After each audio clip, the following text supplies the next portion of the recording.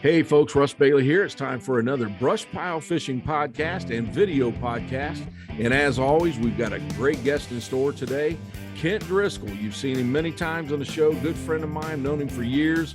And when it comes to summer fishing, especially pulling crankbaits, he's one of the best out there. So you stay tuned. We'll be right back with the BrushPile Fishing video podcast. All right, welcome back, folks. No matter how you're listening or watching this podcast, where it's on Apple or Spotify or any of them, glad to have you back. And today we are going to talk some summertime fishing. We're going to break it down into two patterns. And my guest, he's waiting at home there, Kent Driscoll. How we doing, Kent? Hey, Russ, how you doing, man? Good to see you, man. Good to hear from you. Yes, sir, brother. I missed you at the last media camp. Ain't seen you in a while. We had a good time, man. Yeah, I heard about it, man. Another good one at Del Hollow, huh? Yes, sir. I'll tell you what, Denny, he does it right. You know, we got one coming up here in October, Green River Lake. So hopefully you can make that one, man, because it's going to be a good time also. Absolutely. I look forward to it. So Kent, we go back many years. I know the first year I did a show with you, first time I did a show with you. If you go back, that was in the old Midwest crappie days. And that's when you said, we're going to pull crankbaits in summer. First time I'd ever done that. And if you remember, I had just cut my finger off and had it sewed back on. Still had stitches in. So every time I got a fish, I thought, oh, please don't pop this crankbait out into my hand right now. Yeah, that was crazy, man. I think you shut your finger in a gate or a door or something like that. Yeah, it was in a gate at a marina, man. Yeah. Yeah. And then you showed up to come fishing with me like a day or two later, all stitched up and swollen. And heck yeah. We got it done though. And hey, if I remember correctly, we absolutely wrecked them. That's when many times during that show, we had 3 or 4 rods going down at the same time. That was crazy that day. Yeah, we did. And, I think that was the one where we put our baits out and I was like, you know what? We're going to try some 200s. Was that the show? Yes. All of a sudden, every pole that had a 200 had a fish on it. Yes. And then we switched them all around because the fish were a little bit shallower that day. I remember that. Yep. It was a good one. Man, that was nonstop action. I mean, we never even took a break to drink any water. Remember that? We were like hydrated and stuff. It was nuts. Little Jeff, the cameraman, was going crazy that day. Yeah, I thought he was going to pass out. Well, you know what? We're in the hot summer months, and of course, you live down south. Want to break it down in 2 patterns you like fishing. One of them is the show that's going to air. You know, folks, if you have lost track on when our BrushPile shows air, the first Monday of every month. We've got them on our Facebook channel, on our app, of course, on YouTube. And Kent, in September, the first Monday in September, the show me and you did at Percy Priest last summer, which turned out to be a great show, windier than crap that day. But if you remember, we were using one of your favorite patterns. We were casting over brush piles using the live scope. Tell the folks again, just what we did and what they can expect to see here in September. Yeah, so typical summer pattern for this area, kind of the middle Tennessee area. Percy Priest it's a pretty unique lake. It's relatively clear water. It's got quite a bit of deep water. It's got a ton of rock in it. It has some standing timber that was left around the river channels, but most of that standing timber is really, really deep, like in the 30 to 50 to 60 range. And it doesn't really come into play in the summertime. What these crappie do in the summer is they pull out from the traditional spawning areas and they move out and they stage up on these brush piles in the front part or from the middle to the front part of these really big creeks and coves. And they typically get in water anywhere from about 16 to about 22 feet deep. And they'll get on these man-made brush piles, and there's literally hundreds of brush piles and stake beds in Percy Priest. And, I would venture to say probably 75 to 80% of the crappie population moves to these brush piles in the summer. And as long as you've got the equipment and the technology to find these brush piles, you can catch these fish. And what I typically like to do, and I've got hundreds of them that I've put out, but I've also got hundreds that I've found. And what I like to do is pull up to them, look at them on live scope, and decide, number one, is it crappie that's on them? Number two, are they, big keeper type crappie? And once I decide that, I like to back off of them and I like to cast to them. And, you know, casting jigs is an absolute ball. You can cast a cork with a minnow. That is another great way to catch them. You know, there's a number of different ways, but I usually get about 20 or 25 feet back from them and I cast or pitch to them. And, you know, I'll let my bait fall down. I like using a weedless jig, and I like to let my bait fall down in the brush. And when I first start fishing it, I usually try to catch the fish on top of the brush first. Okay. And then as you catch a few, they get smart and they move down in the brush. And once they get down in the brush, you really got to start fishing a little bit deeper and let your jig get further down in the limbs and down in the stakes and so forth. But you could still catch them. And it's a ton of fun, man. And I've got some friends that actually pull up and vertically fish over the brush piles too. And they'll fish straight down in them. And when you get over the top of them like that, fish go down in the brush. So they go straight down in and try to catch them vertically. And, you know, there's multiple ways to catch them when they're on these brush piles, but my favorite really is casting, no doubt. Well, and you know, excuse me, one of the things I remember about that show, we used the live scope, like you said, to see if those fish were there, but we necessarily didn't use it to put it right in front of their face because they were active that day. And we were making those casts.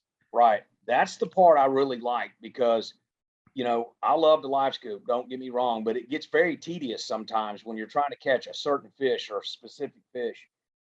These brush piles have got multiple fish in them. Sometimes they have hundreds of fish in them. So as long as you're getting, you know, close to that brush pile and pitching your bait close, you don't have to have a live scope, to be honest with you.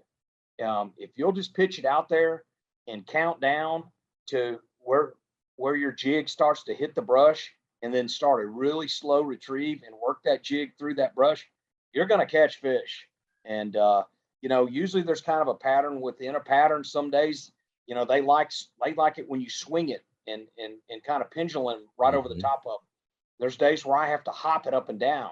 In other words, I'll let it fall down in the limbs and then I'll snatch it, you know, about a foot or two and hop it up in the air, so to speak, and then let it fall again. And sometimes that absolutely drives them crazy. And then there's days that like a slow, steady retrieve, they'll actually follow that jig all the way out of that brush pile and almost to the boat. And sometimes they'll strike it right at the boat. And so there's kind of, you know, there's kind of a pattern within a pattern, like I said, but because of the large numbers of fish that get on the brush piles this time of year, you typically catch multiple fish. And if you're pretty sneaky about it and catch the ones like when you first pull up and you catch the fish on the outside first, and then you catch the fish that are up higher in the water column first, it doesn't alert the other fish in the brush pile. And I tell you something I don't really, you know, like to do. I don't like to catch a fish and release it for him to swim back down in that brush pile. Right. So a lot of times I'll have like a 5-gallon bucket sitting there with water in it. And if I catch a little one, I'll put him in that bucket. Okay.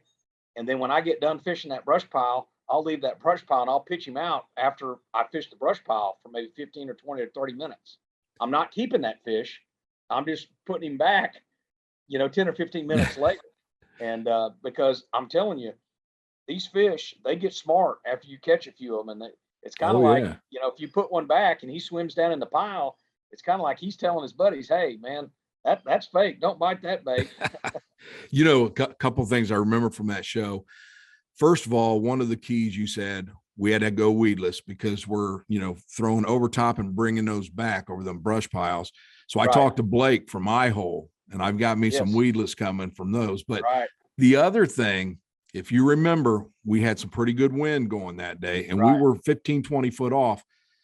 When we started out, you were feeling the brush on your cast. I wasn't getting down there. And then you told me your little secret. You had some type of sinker. Now, not like a split shot a foot up. This was actually right touching your jig head for that little extra weight. Man, I put that on. And as the day went on, it got windier, but we tore them up better as the day went on. Yeah. So let me explain that to you. So, so what that is I take a bobber stopper. Okay. Just a little, one of the bead style bobber stoppers, you know, the little rubber beads, and I run it up on my line. Okay. And then I take a 32nd ounce worm weight. All right. And I put that worm weight on, and then I tie a loop knot. And when I tie my loop knot, I tie the smallest loop knot I can tie. And that way that that worm weight will basically sit down on the top of the jig head, and my knot's kind of like on the inside of the worm weight. And then I take that little rubber bead and I pull it down and I peg it, just like the bass fishermen do. You ever seen the bass fishermen Texas rig a worm, but they peg it with a bobber stopper? Yep. That's what I'm doing with that weedless jig head. All right. And it does a couple of things. First of all, Percy Priest has got a ton of black crappie in it. About probably 70% of the fish in Percy are black crappie, and they don't like a really, really big bait. So you can't really get away with pitching a 1/4 ounce jig head out there. But what I'll do is I'll take a 16th and I'll put that 32nd on there, or I'll take an 1/8 and I'll put that 32nd worm weight on there, and it gives it more weight. So when you're fishing in the wind, it lets you get down faster. It helps you feel better, and it keeps your line straight in the water as it sinks, and the wind won't blow like a bow in your line. You know what I mean? Yep. When you're fishing like really deep water, like, sometimes we fish 22, 23, 24 feet deep. We pitch out to them. It just helps it get down there and stay in the strike zone faster. And that's one of my little, I guess, secrets there So folks, if you get a fishing trip with Kent on and TV. he's getting in the brush and you're not, you might want to check what he's got on there and then ask him about it. Right. The other thing, man, I remember on that day, the Butler Gold, dude, it was hot. Yeah. It was hot that day. And they were tearing that thing up. Man, there's some traditional colors on Priest. Butler Gold's one of them. Blake's Glow is another one that's a really good one. Sure Enough Chartreuse. Those are probably my top 4 colors right there. But Russ, there's days when these fish there's a certain bait they'll bite, okay? And it's like, I know you've experienced it a lot in all your adventures, but when you're not catching them, you need to start switching it up a little bit and start switching, colors. All right. Start switching jig heads. If you got to downsize a little bit, sometimes you got to do that. I did a show with Kirby, Crappie Kirby, on the Fish Eat Live channel, and we were catching them on the 1-inch trout magnets. Really? And I could tell, and I tell you what it was a full moon, and it was really, really hot. It was like 95 degrees, and those fish were in a really bad mood, and we were fishing real early in the morning, and it was still dark outside too, and the fish they would not commit to biting the bait. And if they did, they'd grab it and they'd pull your skirt down. You know how they do. They pull it down on your hook. Oh yeah. And I was like, Kirby, man, something's going on here. I said, we got to make some changes, and I think he put a straight minnow on a drop shot. All right. And the same thing, he pitched it out there, and the fish grabbed it, but he jerked the minnow off the hook. And I said, I know what these fish want. And I went and got a 64th ounce trout magnet head and put a 1-inch trout magnet, and then I put that 32nd worm weight on there. Okay. Now that was really light, but we didn't have any wind that day. So, if you add the weight up, that's about a 16. Still and get down there. It out there, and it took it a minute, but once it got down there, that little bitty profile, they'd swallow it. They'd suck it in and swallow it, where those other fish were just kind of biting at the tail. And hey, man, we wrecked them that day too. And I think some of it was timing because it was a full moon. But, again, it was just one of those days when we started changing things up. And by making that change, we started putting fish in the boat and catching keepers and developing a pattern. And, that's what makes it fun, man. That's what I enjoy about, putting a plan together, man. Yeah. You don't always go out and slam them. You know what I'm saying?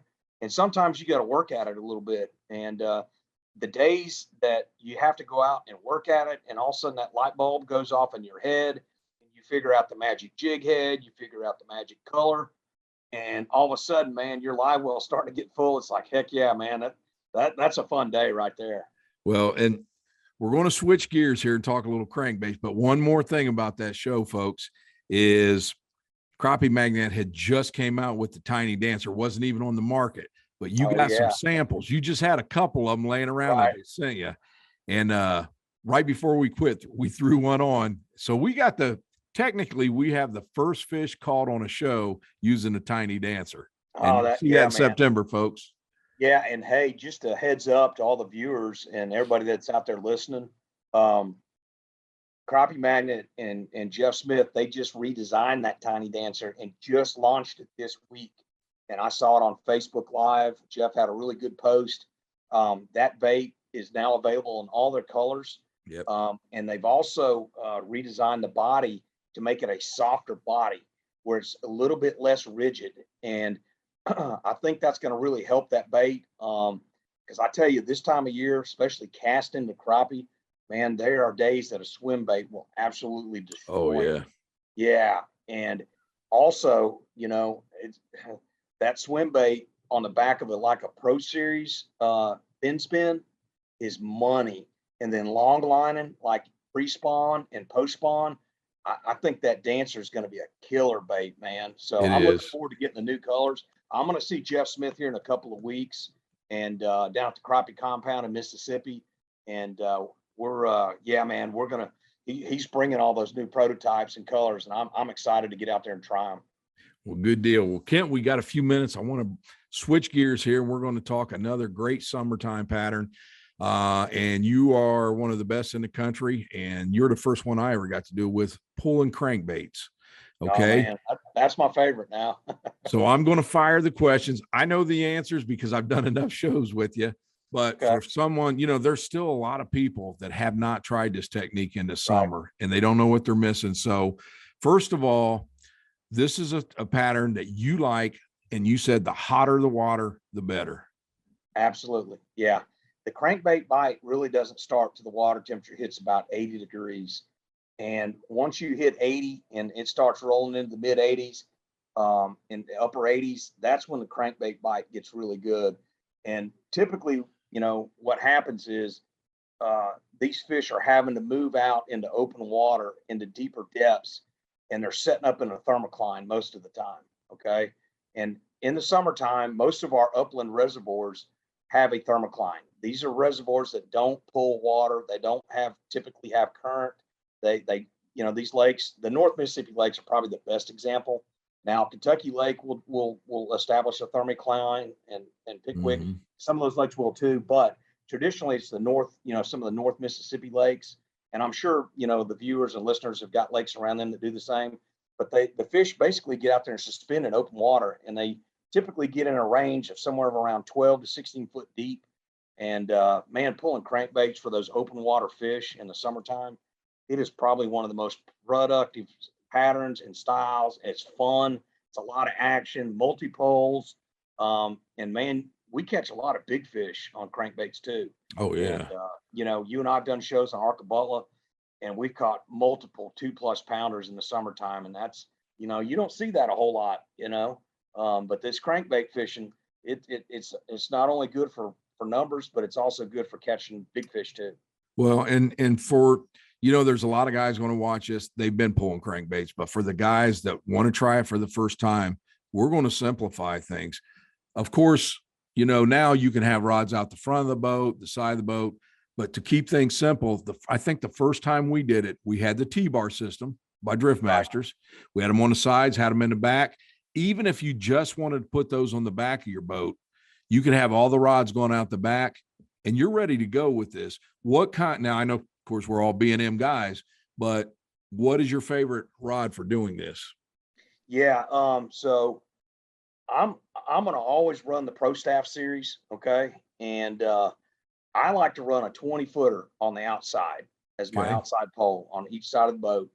And then I'll come in with a 16, a 12, and an 8-footer. And that way I've got 4 foot of line separation. Okay. And it's kind of like each side of the boat has got a bowling lane with 4 poles on each side. And you're going to run your lines and your baits down your bowling lane. And when you stagger the length of your poles like that and you create the line separation, it just helps as far as getting your baits out, not getting tangled when you reel a fish in. It just makes it a lot easier to keep from getting tangled up, because, you know, it can be a fire drill, especially if you get multiple fish on, or if you were to get into, say, a trot line or a net or something like that, and you got all those poles out.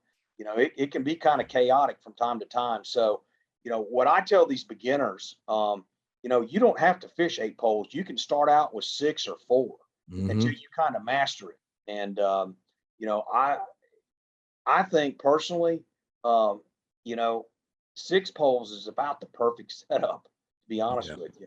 And Well, that way, and one thing right, you were saying, you know, with the line separation, and you can get tangled, and that's where your high vis, like slime line, of course, we use, you'll right, see that line resting on the water. And when you're bringing it in, you can see that line and you can navigate between the other sure. lines. You still may get tangled once in a while, but it's going to help a lot. Right, right. And you know, a lot of times you got to make turns. Sometimes the wind will blow you off course. You know, or maybe you got to go around a boat or whatever it might be. And you know, when you got 6 poles out, it's just a little bit easier to navigate, you know, and so forth. But you know, it's really not that hard to do. You know, I typically, you know, in the summertime, most of the time I pull 300 series bandits. That's kind of my Okay. favorite. Yep. Okay. I'll sprinkle in some 200s from Bandit. I do have Arkies and I do have Picos. They make really good crankbaits too. And then I've got some Rapalas that I pull from time to time, some shad wraps, some flicker shad. I've got kind of a wide variety of crankbaits, but really and truly, my go-to is a Bandit 300. There's a dive chart that you can get that'll tell you how much line when when you use like a 10-pound test, all right, and you let out 100 feet, it'll tell you that crankbait, that Bandit 300 crankbait's running like 16 foot deep. And that's a good tool for the beginners to have. You can Google it or search it. You can get that app on your phone. Yeah, yeah, and you can just get it off the internet. And to be honest with you, I've got a picture of it in my phone. I reference it all the time, Yeah. and I've just got a quick picture that I'll go look at. And Well, and that brings me to another point.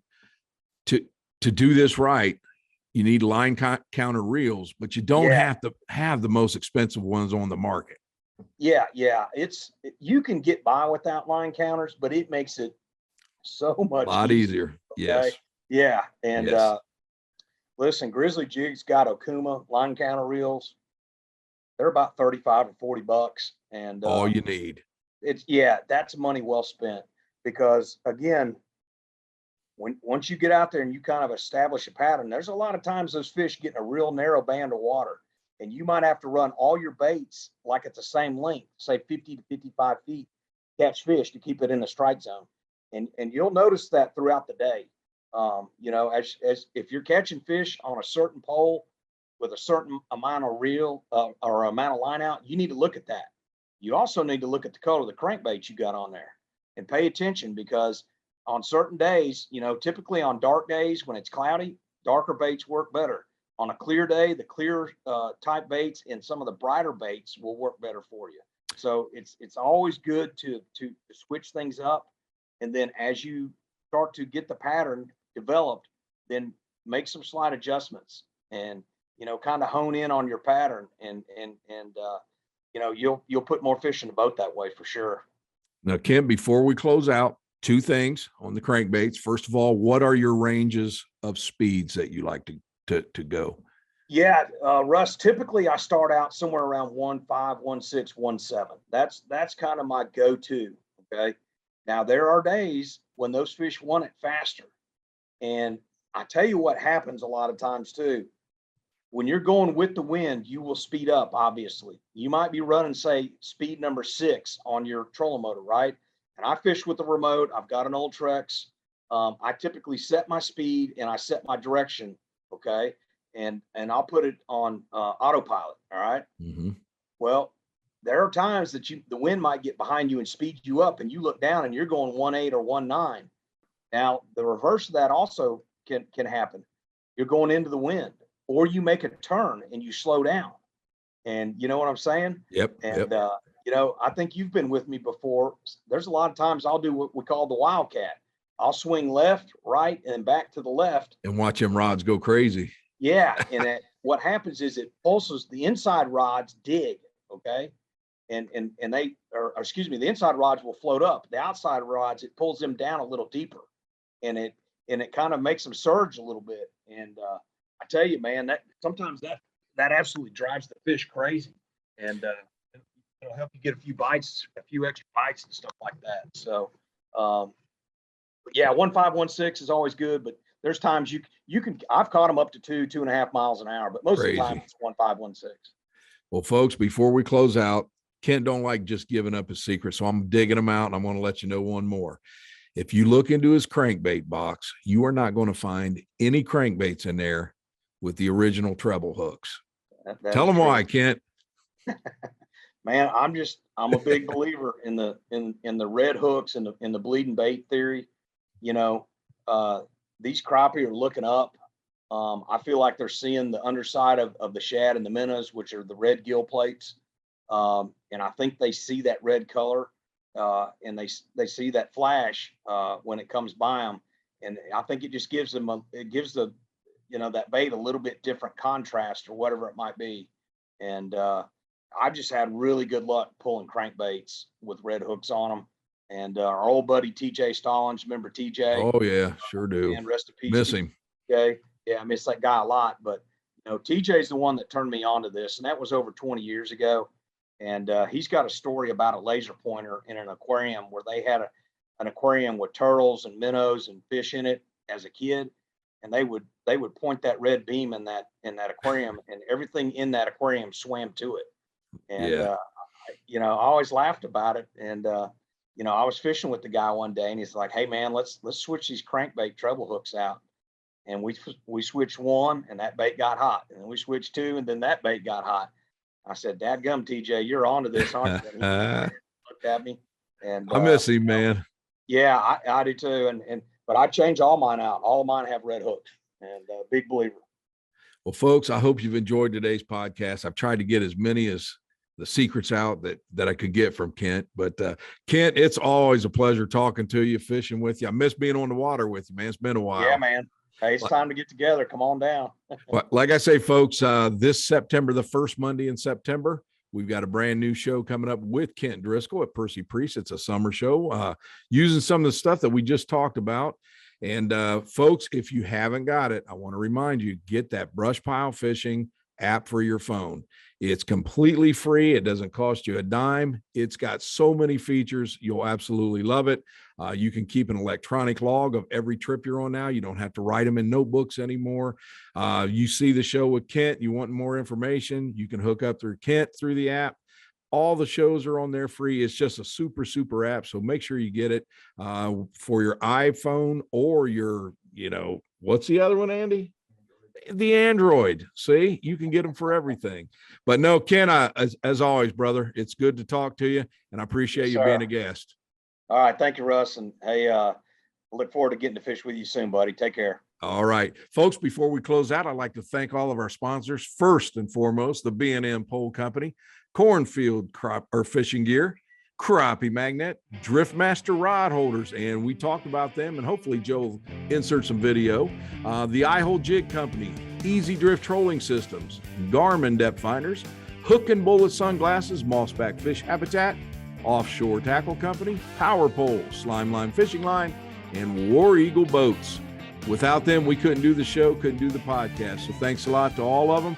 Kent, thanks again, brother. Good talking to you. All right, Russ. Take care, buddy. See you, man. All right, folks, you stay tuned. We'll be back again with another BrushPile Fishing, the podcast.